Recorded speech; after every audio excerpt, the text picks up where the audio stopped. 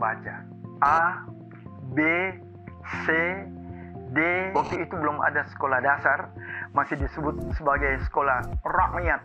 Penonton, saya masih menyimpan buku pelajaran membaca saya itu.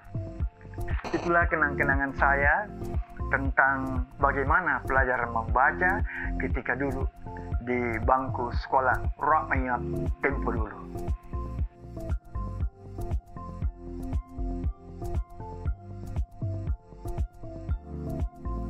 Berjalan waktu, tibalah masa di mana ada yang disebut sebagai buku cerita bergambar, yang kemudian lebih populer dengan sebutan buku-buku komik. Kalau sekarang Anda lebih kenal sebagai manga. Kami mulai diperkenalkan dengan cerita dari dunia pewayangan. Banyak cerita-cerita wayang yang diterbitkan oleh penerbit komik terbesar dari Kota Bandung, yaitu penerbit Melodi. Antara lain seperti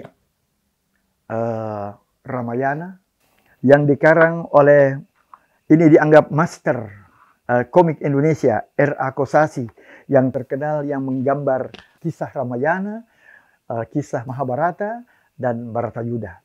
Kemudian disusul lagi dengan cerita-cerita lainnya seperti Gatot Kacasewu, ada cerita Ulam Sari, dan lain-lain dan sebagainya. Nah, akhirnya karena kebanyakan membaca cerita-cerita pewayangan dari dunia pewayangan lewat komik, saya akhirnya tertarik untuk lebih tahu lagi apa itu tentang pewayangan itu, tentang tokoh-tokoh ini, tentang ada Pandawa atau Kurawa dan lain-lain. Akhirnya saya membeli sebuah buku. Buku ini dikarang oleh Nyoman Pendik yang bercerita tentang Mahabharata, yang tentu lebih lengkap daripada apa yang digambarkan oleh komik. Sebab ini berupa novel. Saya lengkapi juga dengan cerita perang antara Pandawa dengan Kurawa dalam cerita Bharatayuda yang dikarang oleh Sunardi. Saya mesti simpan bukunya. Saya belum puas, saya cari lagi untuk mengetahui, sebab ini dalam cerita pewayangan ini terlalu banyak tokoh. Ada ratusan tokoh di mana mereka itu saling berhubung-hubungan. Ada bersaudara, ada bersepupu, ada neneknya, ada cucunya. Jadi saya masih menyimpan ensiklopedia tentang wayang purwa. Jadi itu untuk melengkapi kegemaran saya membaca cerita-cerita wayang.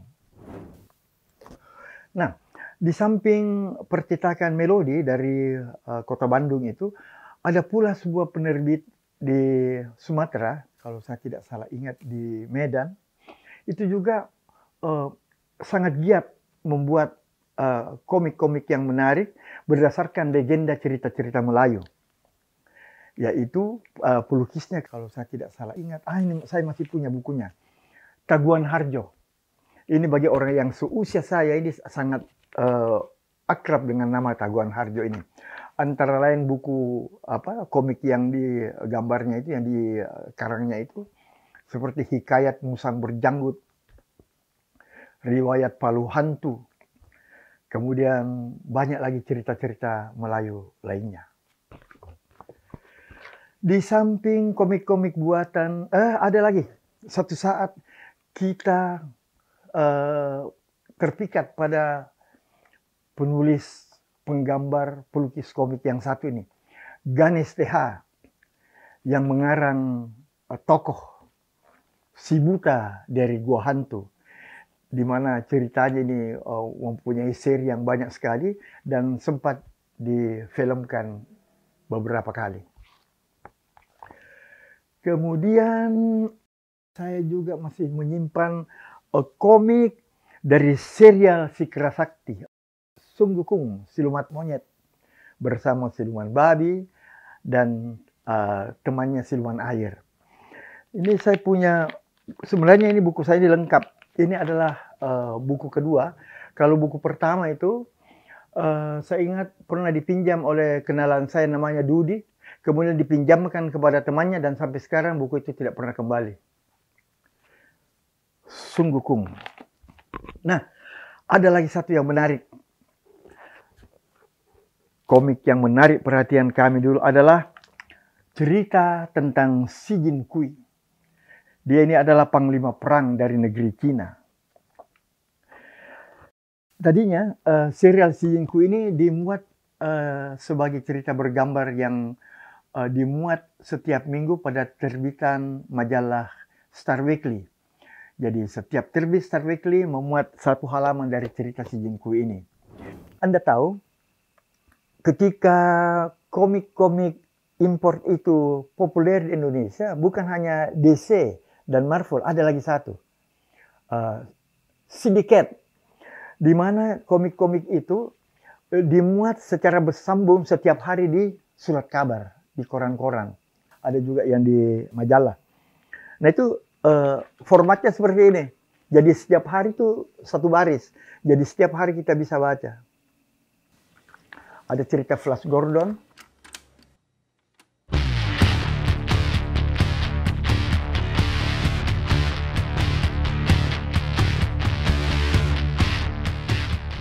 Ada cerita Phantom.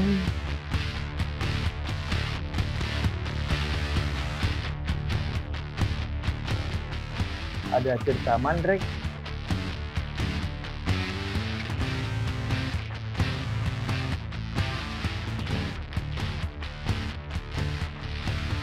Rick Kirby, si detektif. Di samping itu ada juga cerita komik Tarzan yang digambar oleh seorang pelukis dari Amerika yang sangat detail cara menggambarnya itu, kalau saya tidak salah ingat, Hogarth.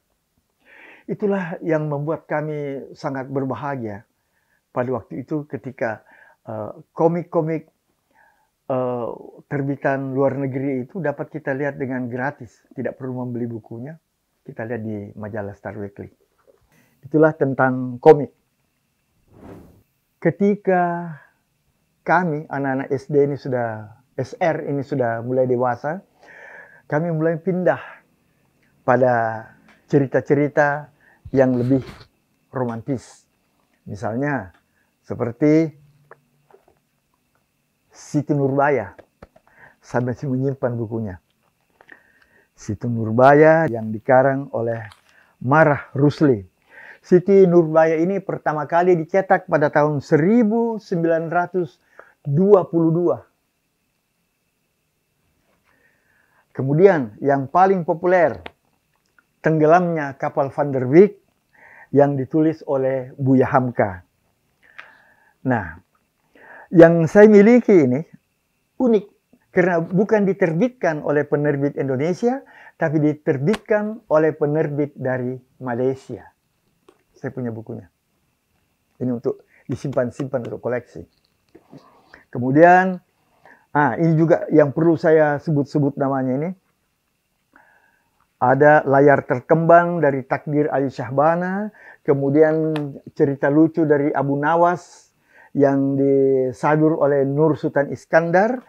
Ini juga pertama kali diterbitkan pada tahun 1942.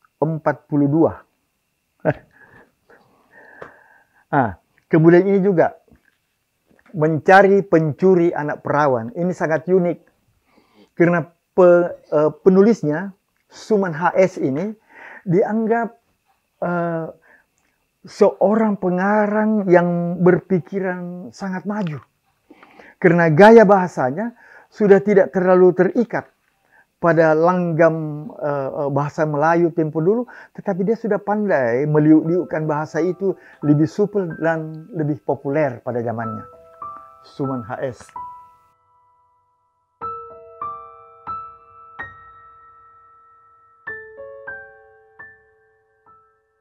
Itulah sedikit tentang komik yang saya ingat.